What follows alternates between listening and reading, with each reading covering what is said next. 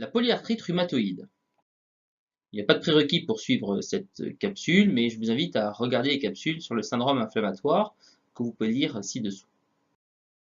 L'objectif est de maîtriser les connaissances au sujet de la PR, polyarthrite rhumatoïde, et toute la sémiologie correspondante.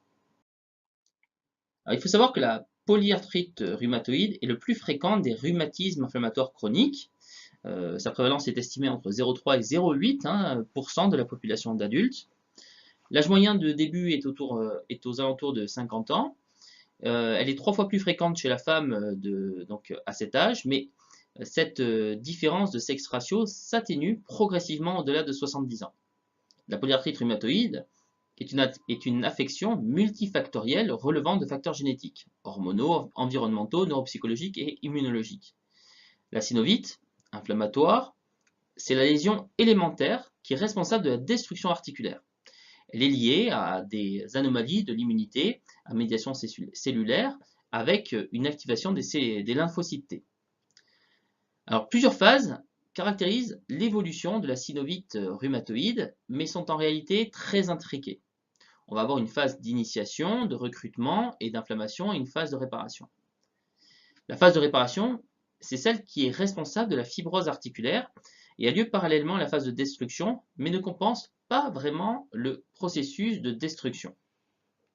Alors la polyarthrite rhumatoïde débutante, il faut savoir que c'est quelque chose qui est extrêmement important à repérer, puisqu'un diagnostic précoce est vraiment quelque chose d'urgent, parce que c'est au stade de début de la maladie que les traitements médicaux ont tout simplement le plus de chances d'être efficaces.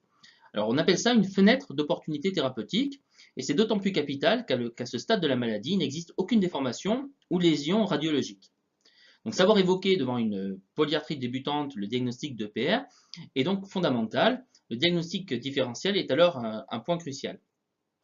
À cette phase initiale, il faut savoir confirmer l'existence d'arthrite ou de synovite, donc des gonflements articulaires qui sont liés à soit un épaississement synovial ou à un épanchement articulaire. Et il faudra le différencier des algies ou des polyarthralgies sans tuméfaction avec des tendinopathies.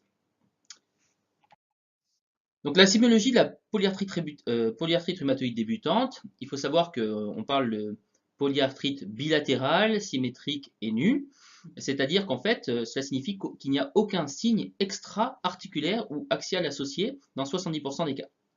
Donc elle va toucher les poignets et une ou plusieurs articulations métacarpophalangiennes, souvent donc la deuxième et la troisième, ou alors l'interphalangienne proximale. On note habituellement un respect donc, des articulations interphalangiennes distales, et ces atteintes articulaires sont fixes et symétriques. Les douleurs sont de rythme inflammatoire, on a un réveil nocturne et un dérouillage matinal qui va être supérieur à 30 minutes, et le signe clinique à la palpation, c'est la synovite. On va avoir un gonflement articulaire rénitant et parfois tendu. Au doigt, on note un aspect caractéristique de fuseau au poignet, une tuméfaction avec parfois, ce qui est évocateur, une ténosynovite cubitale.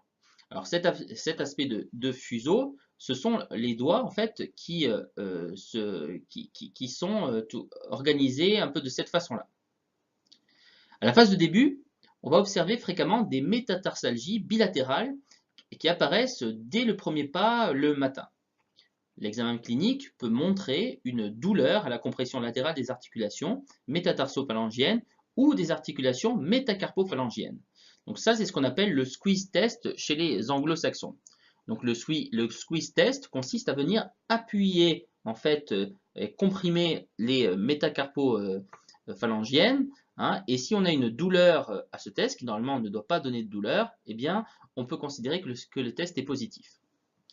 Donc ce squeeze test est assez évocateur du diagnostic de polyarthrite rhumatoïde débutant. Donc ce diagnostic, je le rappelle, est fondamental. Il est recommandé de confier le patient à un rhumatologue s'il y a présence d'au moins des signes suivants. Au moins 3 articulations qui sont gonflées. On peut avoir une douleur à la compression latérale des articulations métatarsophalangiennes ou des articulations métacarpophalangiennes. Et quand on a une raideur matinale de plus de 30 minutes. Pour les examens complémentaires, après l'interrogatoire et l'examen clinique, on peut dans la plupart des cas évoquer le diagnostic de polyarthrite rhumatoïde débutante si la polyarthrite est bilatérale, symétrique et nue. Cependant, Certaines explorations complémentaires sont utiles, comme la radiologie ou des explorations biologiques.